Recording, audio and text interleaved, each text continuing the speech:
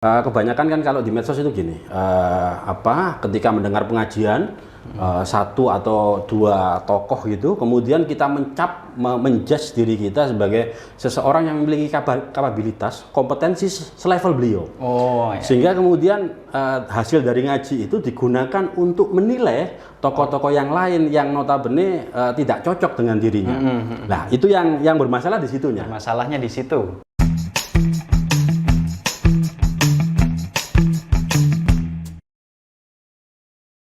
Assalamualaikum warahmatullahi wabarakatuh. Hamdan wa syukran laka ya Allah, salatan wa salaman alaika ya habiballah, amma ba'du.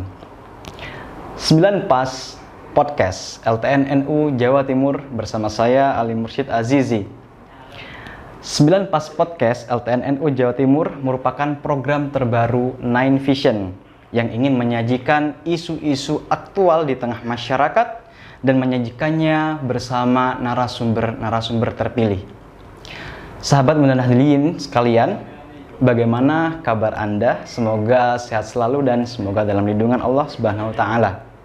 Baik, pada podcast perdana kali ini kita akan mengusung tema agama medsos, cara baru beragama generasi milenial.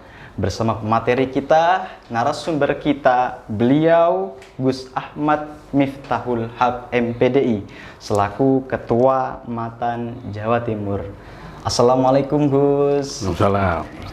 Bagaimana kabarnya? Sehat ya? Alhamdulillah. Istri masih berapa? Oh, alhamdulillah masih satu. Masih satu. Oh iya. Sekarang kegiatannya apa aja Gus? Sementara ini masih fokus di Matan, mahasiswa Thariqah Al-Mutabarra'ah Nahdiyah, dan di LTN, Lembaga Ta'lif wa Nashr. Oh, sekarang fokus beliau di LTN NU Jawa Timur dan Matan Jawa Timur. Nah Gus, sebelum masuk pada materi inti kita, apa sih Matan itu Gus? Lebih rincinya penjelasan Matan dan tugasnya itu apa sih? Oke, Matan itu singkatan dari mahasiswa Thariqah Al-Mutabarra'ah Nahdiyah sebagai organisasi semi otonom dari Jatman. Jatman itu Jam'iyah Thariqah Al-Mutabarra'ah Nahdiyah. Jadi Jatman itu adalah badan otonom di NU yang fokusnya itu pada kajian-kajian tentang Thariqah Mutabarra'ah. Jadi Matan ini sendiri menjadi segmentasi khusus gitu ya bagi tanda kutip mahasiswa. Gitu. Ada terminologi mahasiswa. Ranahnya di ruang mahasiswa berarti ya? Ya, cuma Abah Habib itu memberikan definisi sendiri tentang mahasiswa. Jadi mahasiswa itu siswanya maha. Kayak gitu ya. Jadi dalam logika bahasa Indonesia itu kan ada diterangkan-menerangkan gitu ya, meskipun agak membingungkan gitu kalau dalam logika bahasa Indonesia. Jadi setiap orang yang kemudian masih ingin dekat kepada Allah, masih ingin melengkapi dirinya dengan skill set sehingga dia menjadi relevan untuk bisa dekat kepada Allah, maka dia masuk dalam terminologi mahasiswa itu. Oh iya. Jadi dalam logika tasawuf biasanya diistilahkan sebagai murid itu. Murid. Jadi murid ataupun salik yang masih ingin kemudian mendekat kepada Allah, maka dia sudah termaktub dalam logika definisi mahasiswa itu sendiri. Oh iya. Yeah. Oke, itu penjelasan dari Matan itu sendiri, ruang geraknya bagaimana, anggotanya sasarannya siapa aja, seperti itu ya Gus ya. Yeah. Oke, mengingat perkembangan teknologi saat ini Gus dengan hadirnya media sosial, website, Instagram, Facebook, TikTok dan sebagainya, bagaimana sih seberapa penting kita sebagai dari Matan sendiri, pandangan dari Matan sendiri dalam menyikapi perkembangan teknologi yang saat ini pesat sekali? Oh, menarik nih. Saya teringat dauhnya Syekh Yusri itu ketika mengutip dari Ibnu Arabi dalam Futuhat Makkiyah itu.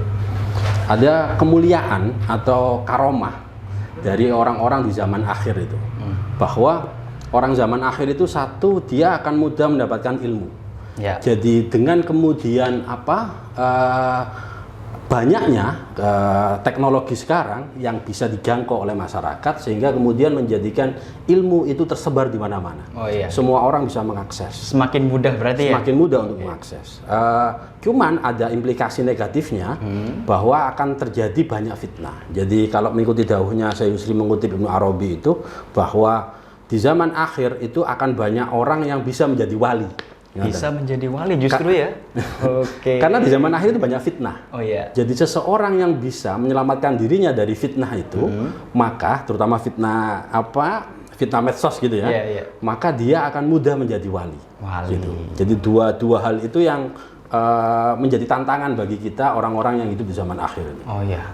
Berarti tantangan kita meskipun tantangan besar memberikan peluang kepada kita untuk menjadi wali ya, salah satunya ya Gus ya. Oke. Selain itu ada lagi Gus, pandangan dari panjenengan sendiri terkait semisal ngaji di YouTube yang kini itu menjadi tren tersendiri bagi kalangan milenial seperti itu. Jadi gini, kemudahan kita mendapatkan ilmu itu kemudian juga menjadikan kita lebih mudah gitu ya mengakses pemikiran setiap tokoh-tokoh itu, gitu.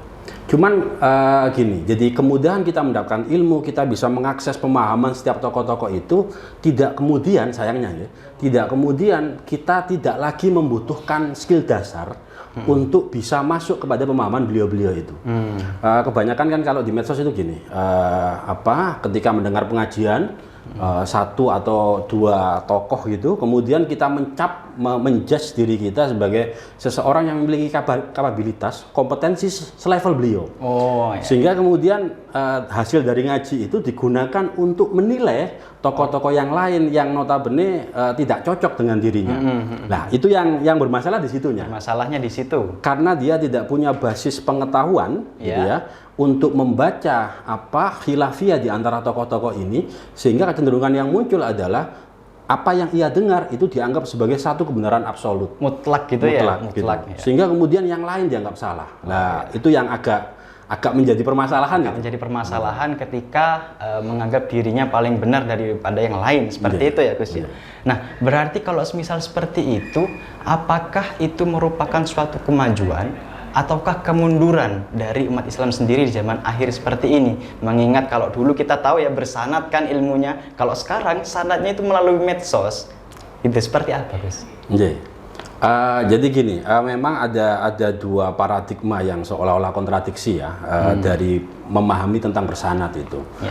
Satu hal yang harus kita ingat bahwa kita ketika Syekh Yusri tahu bahwa ketika kita kemudian ngaji di YouTube, katakanlah gitu ya, kita tahu betul kapasitas yang berbicara, kita bisa mengikuti betul apa yang sebenarnya beliau bicarakan, beliau sampaikan di dalam video itu, maka itu sudah dianggap sebagai sebuah ilmu dan itu bersanad, karena kita tahu betul bahwa beliau yang dawuh, gitu ya.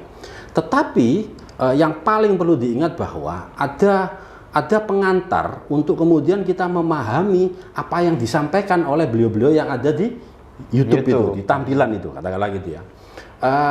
Jadi ilmu pengantar inilah yang kemudian bisa mengarahkan kita untuk menjadi lebih arif dalam menilai apapun yang muncul di medsos. Tanpa kemudian kita dilengkapi ilmu basis ini dalam hal memahami mengikuti alur pikir dari setiap tokoh yang kemudian ngaji di YouTube ini. Kesalahan yang paling sering muncul adalah bahwa kita akan menganggap bahwa beliau ini sudah paling benar dan yang lain salah. Nah, itu yang paling bermasalah itu. Berarti ini tergantung bagaimana cara kita milih ustadz atau kajian, seperti itu ya Gus ya. Kalau semisal itu dalam tanda kutip beliau ustadz yang ekstrim dijadikan panutan dan menganggap dirinya paling benar sendiri, seolah-olah yang lain itu salah. Seperti itu kiranya? Lebih tepatnya gini. Jadi kan agak susah kita kemudian mengkategorisasi itu ekstrim atau tidak kan gitu. Kita harus pandai mengukur diri itu. Pendekatan matan itu lebih ke personal gitu ya, lebih ke muhasabah itu. Jadi ketika kita melihat tampilan di YouTube, kita harus bisa mengukur.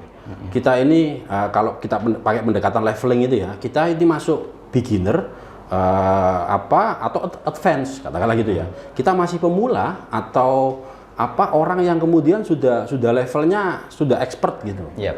Karena apa? Karena kalau kita tidak mengukur kemampuan diri ini, maka yang terjadi biasanya adalah bahwa kita sudah menganggap kita selevel dengan beliau-beliau yang ada itu. Ustadz atau kiai itu. Oh, iya. Jadi kalau kemampuan mengukur diri ini yang paling urgent untuk dimiliki oleh setiap pemirsa di media sosial itu.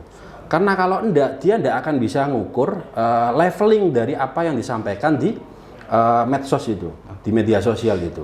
Ketika kita tidak bisa mengukur ini, maka yang terjadi adalah keruwetan-keruwetan itu. Oh, berarti memang diukur dari pembenahan diri terlebih dahulu, bagaimana menyeleksi kajian-kajian yang ada di medsos seperti itu ya Gus ya. Oke.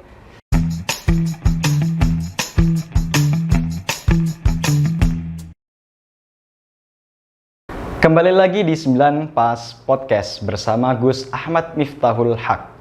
Oke Gus, kita lanjut lagi ya Gus ya. Oke. Di era internet yang saat ini bombastis ya Gus ya, dan banyak orang-orang belajar mengekspresikan keberagamaan mereka melalui medsos. Nah, realitas ini dapat dianggap sebagai reaksi ketidakpuasan terhadap lembaga-lembaga agama atau bagaimana Gus? Bisa seperti itu. Karena gini ya, keterjangkauan akses teknologi informasi itu juga salah satunya adalah kemudian menjadi kemudahan bagi masyarakat untuk mengekspresikan apa yang ada di pikirannya, apa yang ada di hatinya. Kebebasan berekspresi berarti ya sekarang ya. Jadi kebebasan berekspresi ini juga kemudian salah satunya berimbas pada sesuatu yang kemudian urusannya adalah ketidakpuasan gitu ya, atas apapun. Salah satunya sayangnya juga berkenaan dengan institusi agama. Agama. Jadi ketidakpuasan ini juga berkenaan dengan hal-hal seperti itu.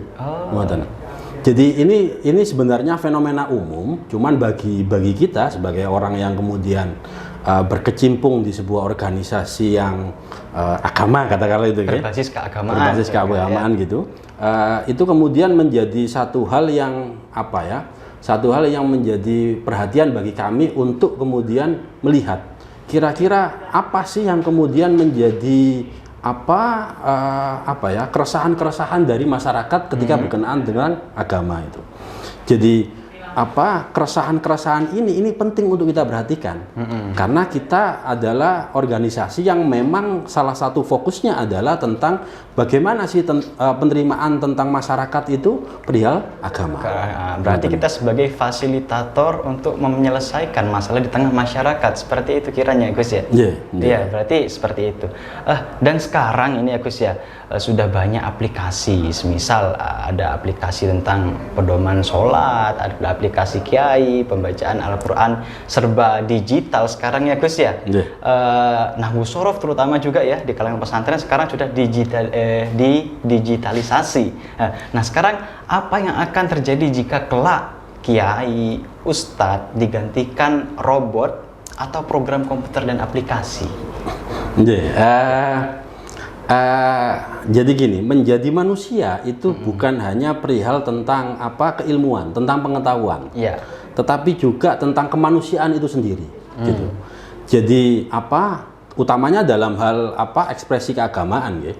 Jadi tidak kemudian pengetahuan kita akan tentang nahwu, shorof, fikih dan seterusnya itu berbanding lurus dengan cara kita mengamalkan agama ini, cara kita mempersepsi agama ini.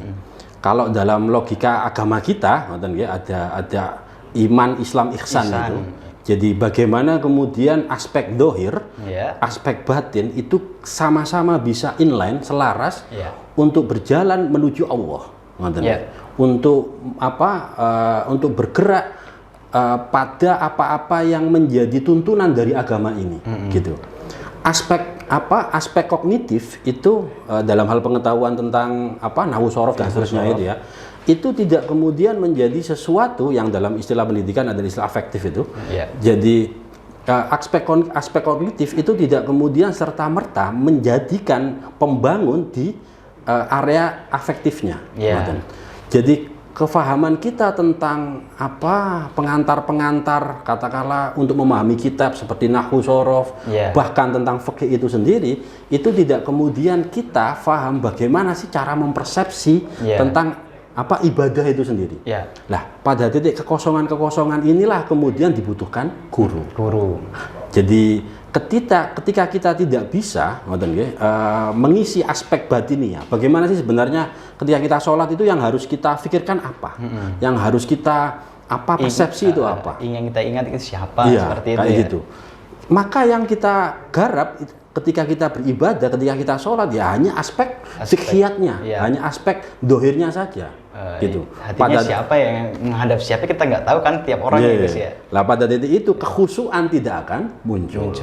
Maka pada titik itu sholat itu tidak bisa mencegah kita dari perbuatan keji dan mungkar dan seterusnya itu. Oh, berarti eksistensi sanad guru itu masih penting kiranya ya berarti ya? Oh, sangat penting. Meskipun ada aplikasi yang memudahkan kita di era digital ini untuk belajar Al-Quran, tajwid, nahwu sorof seperti itu ya Gus ya.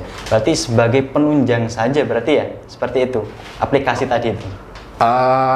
Jadi gini, saya tidak akan mengatakan bahwa aplikasi-aplikasi itu hanya sebagai penunjang ya, karena beberapa aspek di dalam aplikasi-aplikasi itu, terutama pembahasan tentang fikhiyat itu sangat esensial, gitu ya.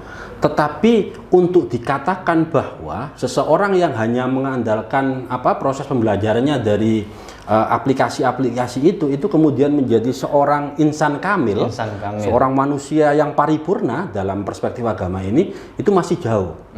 Karena jarak kan gini, benchmark atau capaian kita dalam agama ini itu kan Nabi Muhammad SAW, kan gitu. Kemudian ke sahabat tabi'in, karena kita tidak pernah berinteraksi dengan kanjeng Nabi, kita tidak pernah berinteraksi dengan sahabat dan seterusnya. Yang kita tahu adalah kita bagaimana mengamalkan agama ini adalah melalui guru-guru itu, gitu. Jadi aspek pengetahuan ketika kemudian diarahkan kepada aspek yang urusannya itu amal, itu masih butuh jembatan bridging itu. Nah, bridging inilah yang kemudian menjadi domain dari para masyayikh kita, para ulama kita, para habaib kita. Tanpa ada bridging ini tadi, maka cara kita beribadah akan sangat jauh berbeda dengan apa yang dilakukan oleh Nabi Muhammad SAW. Ya, karena sanad itu penting dan seorang guru menyampaikan ilmunya itu sangat penting sekali untuk membentuk karakter dari muridnya seperti itu. Oke. Nah, selanjutnya Gus, apakah komunitas religius seperti NU atau lembaga seperti MUI masih relevan ketika kini jamaahnya atau masyarakatnya itu memilih media sosial sebagai ladang mengamalkan atau ladang untuk mencari sumber pengetahuan terutama hal agama seperti itu? Kalau kita melihat historis dari bagaimana setiap ormas itu berdiri atau NU secara spesifik, kita akan tahu betul bahwa setiap organisasi kemasyarakatan yang muncul itu berbasis dari kesamaan. Sama persis seperti kenapa kok negara Indonesia ini berdiri gitu ya, dari awal itu. Apakah masih tetap menjadi relevan di era ini? Jawabannya iya. Karena selama kemudian di organisasi itu masih berbicara tentang manusia, maka selama itu pula akan ada kesamaan-kesamaan yang diikat oleh organisasi itu. Gitu. Dan ada yang kemudian tidak diikat oleh atau menjadi domain eksternal dari organisasi itu sendiri. Jadi gitu. Jadi relevansi keberadaan dari organisasi-organisasi kemasyarakatan, terutama khususnya perihal tentang agama ini, itu masih menjadi relevan. Karena kita tidak bisa kemudian melepaskan masyarakat untuk dia mencari pengetahuan tentang agamanya sendiri. Oh, secara individu tidak bisa seperti itu ya? Tidak bisa. Kita masih butuh untuk kemudian paling tidak memberikan opsi-opsi bagaimana kemudian mereka bisa mengekstrak pengetahuan tentang agamanya sendiri. Kalau mereka dibiarkan bebas, maka itu akan menjadi liar gitu. Berarti harus ada gasnya, harus ada remnya seperti itu ya. Seperti itu. Jadi apa yang kita lakukan paling tidak, terutama di Nahdlatul Ulama, itu adalah memberikan opsi-opsi itu. Opsi-opsi untuk menuntut ilmu, cara-caranya seperti itu ya. Nah, itu yang menjadi tugas kita seperti itu, gitu loh. Jadi kita akan memberikan apa? Kalau ingin belajar kayak apa? Ini belajarnya di sini, katakanlah gitu ya. Jadi semacam katalog gitu ya, yang masyarakat kemudian bisa memilih mana yang lebih cocok bagi mereka, mana yang kira-kira lebih dekat kepada pemahaman mereka, dan seterusnya itu. Dan apa kita kalau di kitab itu kan penjelasannya kan gini, seorang alim itu masih punya kewajiban untuk berdakwah, kan gitu, masih punya. Bukan hanya seorang alim, kita semua punya kewajiban gitu. Tapi apalagi ketika seseorang itu sudah levelnya alim alama itu, dia masih wajib untuk kemudian berdakwah, untuk menyebarkan agama ini li'ilai kalimatillah itu. Jadi pada titik itu, setiap orang yang kemudian berada di top level manajemen dari organisasi kemasyarakatan itu, pada titik ini adalah NU atau MUI dan semisalnya itu, maka dia masih punya kewajiban untuk mengarahkan, memberikan opsi bagi masyarakat agar mereka bisa beragama dengan semestinya, beragama seperti yang dilakukan oleh Nabi Muhammad SAW. Tanpa itu, tanpa usaha itu, maka yang terjadi adalah yaitu tadi gerakan keliaran itu ya, yang akan menakutkan bagi masa depan. Bukan hanya agama tapi juga bangsa negara kita. Makanya tadi muncul gerakan-gerakan yang semisal membenarkan diri sendiri sebagai kebenaran yang absolut itu tadi, Gus ya. Oke.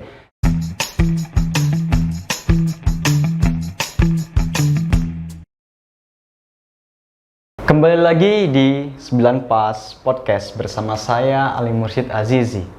Oke Gus, kita lanjut ya Gus ya. Pada segmen kali ini terakhir kita akan membahas tentang masa depan agama medsos. Nah, menurut Anda ketika ekspresi religiusitas dan keyakinan hadir melimpah di media digital atau platform internet lah ya kiranya, apakah agama medsos ini memiliki masa depan? Dan masa depannya itu akan cerah atau tambah meredup seperti itu? Saya ingin menggarisbawahi terminologi agama medsos tadi ya.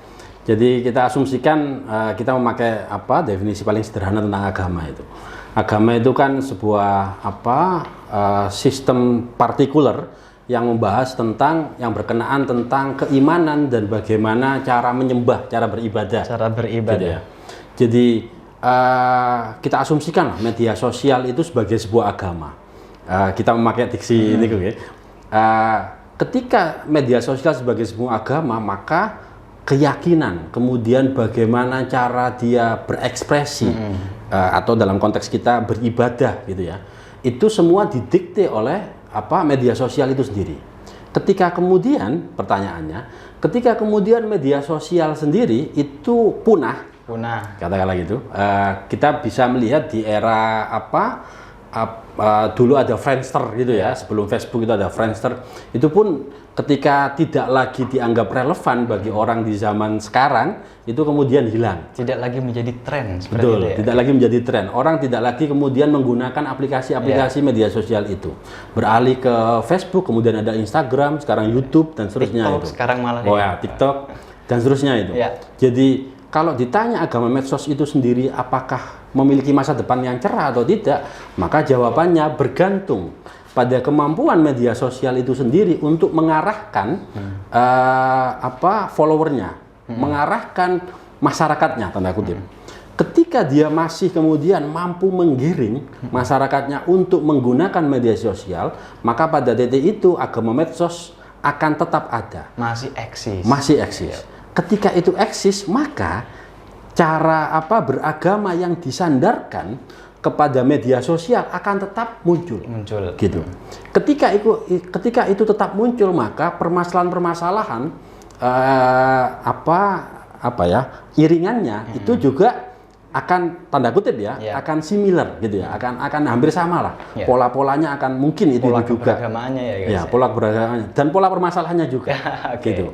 Lah, ketika kemudian keberagaman kita itu digantungkan pada sesuatu yang fana, yang rusak gitu ya, yang mudah eksistensinya itu tidak abadi, maka pada titik itu pula ekspresi keberagamaan seseorang itu juga akan sefana itu. Oh, berarti tidak menutup kemungkinan suatu saat juga ekspresi keagamaan itu akan punah juga seperti itu ya, Gus. Oke. Lanjut, kita membahas tentang ini.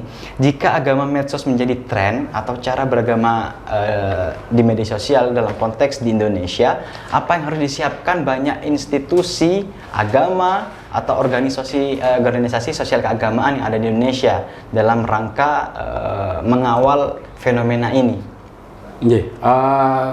Jadi gini, agama medsos itu kan istilah yang saya juga baru dengar katakanlah gitu ya. Jadi ketika kemudian media sosial itu masih ada, maka pola keberagamaan yang masuk dalam terminologi agama medsos itu juga akan tetap relevan gitu. Apa yang harus dilakukan oleh organisasi-organisasi keagamaan menyikapi hal seperti ini? Salah satu hal yang perlu kita ingat betul bahwa masyarakat ketika kemudian menggunakan media sosial itu dia tidak terlalu paham leveling dirinya. Oh, gitu semua ya. Sama. Jadi semua bicara semua tanpa adanya strata sosial, betul. Strata tingkat keilmuannya seperti betul. apa. Itu yang masalah itu. Itu yang masalah itu. Jadi semua orang ketika memasuki hutan belantara media sosial ini kemudian memiliki persepsinya masing-masing atau dalam istilah pendidikan ada istilah prior knowledge itu, prakonsepsi itu. Lah, penting untuk kemudian organisasi-organisasi keagamaan itu memberikan sebuah opsi leveling. Jadi pembelajaran tentang agama yang juga memberikan pemahaman akan leveling itu. Salah satunya yang dilakukan oleh LTN-NU Jawa Timur itu dengan alkimia itu. Jadi ada beberapa kajian kitab-kitab tertentu itu yang kemudian pembelajarannya itu kita bisa mengikuti gitu ya. Kita bisa mengikuti. Paling tidak di ujung ada sebuah output yang paling tidak kita bisa ngukur. Karena saya ngajinya usfuriyah, maka paling tidak saya tanda kutip menjadi seorang yang expert dalam hal kitab usfuriyah. Ada jenjang-jenjangnya juga ya, Gus ya? Karena kan kalau di pesantren itu kan ada leveling kitab itu ya. Jadi kalau fikih itu ada Safina, ada kelasnya juga ya, Gus ya? Ada Sulam Taufik, kemudian naik lagi ke Fathul Qori, Fathul Mu'in dan seterusnya itu. Jadi penting leveling ini untuk kemudian ditawarkan di media sosial. Itu. Karena kalau tidak ada tawaran leveling ini, maka yang muncul adalah kerandoman itu. Ketika ini sangat random, sangat acak, maka masyarakat juga belajarnya juga acak. Ketika sesuatu yang acak itu akan susah untuk diukur outputnya, kan gitu. Ketika susah diukur outputnya, maka kita melakukan sesuatu menjadi sama levelnya dengan kita tidak melakukan apa-apa. Nah, itu kan menjadi masalah. Jadi karena itu organisasi-organisasi kemasyarakatan yang berbasis keagamaan itu penting memberikan opsional yang ada levelingnya. Karena ya itu tadi, karena sekali lagi yang harus digarisbawahi, ketika kita tidak bisa mengukur output dari pencapaian kita, apa yang kita lakukan selama ini, maka itu hampir sama atau bahkan mungkin sama dengan kita tidak melakukan apa-apa. Oke. Seperti itu Gus kiranya Gus ya. Oke Gus, ini mungkin sudah lama ya kita berbincang ya. Mungkin ada closing statement dari Gus sendiri, Gus Ahmad Miftahul Haq terkait tema kita kali ini, agama medsos, cara baru beragama generasi milenial, seperti itu. Silakan Gus. Dalam hal media sosial, media sosial itu adalah sebuah tawaran media berdakwah. Maka penting bagi kita yang kemudian ingin berdakwah atau belajar dari media sosial, penting untuk memahami kapasitas diri gitu sebelum kita kemudian masuk ke media sosial. Ketidakmampuan kita memahami diri kita, memahami kompetensi kita, maka itu berbanding lurus pada ketidakmampuan kita untuk mengukur pencapaian dari media sosial itu sendiri. Ketika kita tidak mampu mengukur apa yang kita dapat sebenarnya dari media sosial, itu menjadikan kita melakukan sesuatu yang tidak ada faedahnya, tidak ada manfaatnya.